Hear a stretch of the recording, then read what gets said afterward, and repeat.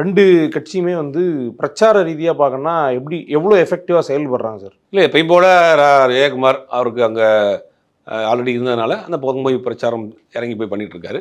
திமுக வேட்பாளரை பொறுத்த வரைக்கும் அவர் ஒரு டாக்டராக இருக்கிறதுனால ரொம்ப அக்கறையோடு போய் அவர் பிரச்சாரத்தை ஃபர்ஸ்ட் டைம் கண்டெஸ்ட் பண்ணுறாரா? ஃபர்ஸ்ட் டைம் கண்டெஸ்ட் பண்ணுறாரு. ஒரு அக்கறையோடு போய் உங்களுக்கு வீடுகளில் போய் உங்களுக்கு என்ன வீட்டில் என்ன பிரச்சனை, உடம்பு யாருக்கும் முடியல, அந்த மாதிரி அவர் பிரச்சார யுக்தி வந்து ரொம்ப அட்ராக்டிவாக இருக்குறாங்க. அங்கேருந்து வரக்கூடியவங்க வீட்டுக்கு போயிட்டு ஒருத்தவங்களோட ஓட்டு கேட்டுட்டு எப்படி இருக்கீங்க, நல்லா இருக்கீங்களா, அவங்களுக்கு என்ன பிரச்சனை, அன்றைக்கி யாராவது ஒருத்தர் வீடியோலாம் போட்டிருந்தாங்க. பார்த்தா ஒருத்தருக்கு கால் ஏதோ அடிப்பட்டு வீட்டில் இருக்கார், இவரே போய் அங்கே உட்காந்து ட்ரீட்மெண்ட்லாம் பார்த்துட்டு இருக்கிறாரு.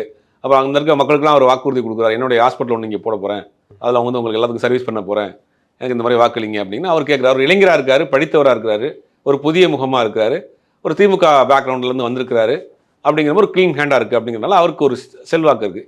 இந்த பக்கம் ஜெயக்குமாரை பொறுத்த வரைக்கும் ஆல்ரெடி அங்கே இருந்த கேண்டிடேட் தான், தொடர்ந்து பழகினவர் தான்.